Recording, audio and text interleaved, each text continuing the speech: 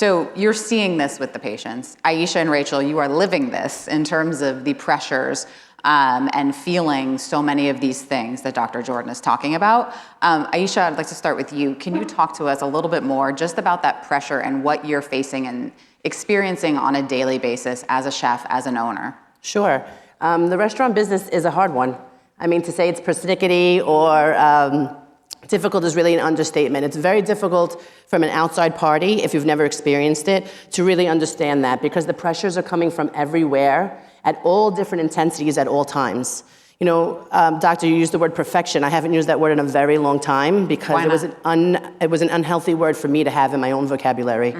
Because I don't know, you know, it's like people when they ask me, do you feel like you're successful? Well, what the hell does that mean? You know, because I mean, every day I'm looking at what I did yesterday, and I'm always thinking about what tomorrow and the next 5 days and maybe even 10 years look like. So I don't know what success really is. It's the same thing with perfection. It's like, what really is that? Because you're putting this external pressure on yourself to assume whatever perfection is, because perfection to me, to you, to Rachel, is all different.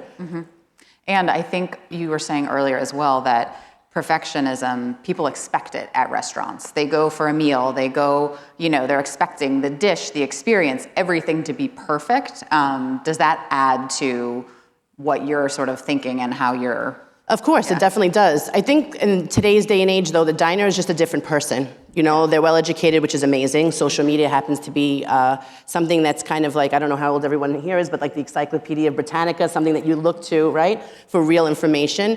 But if you really think about eating out, like what is the essence of that? It's breaking bread with the person in front of you. You know? And the people that are in the restaurant business are kind of like the Wizard of Oz. We're behind the scenes, you know? In some of the restaurants, you'll never see them. In some restaurants like Chouquette, we're in your face. You can see us at all times. I'll call it a dinner and a show.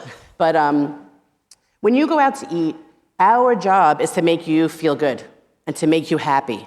If you're ever having like an uncomfortable moment or something that you're not happy, you should say something.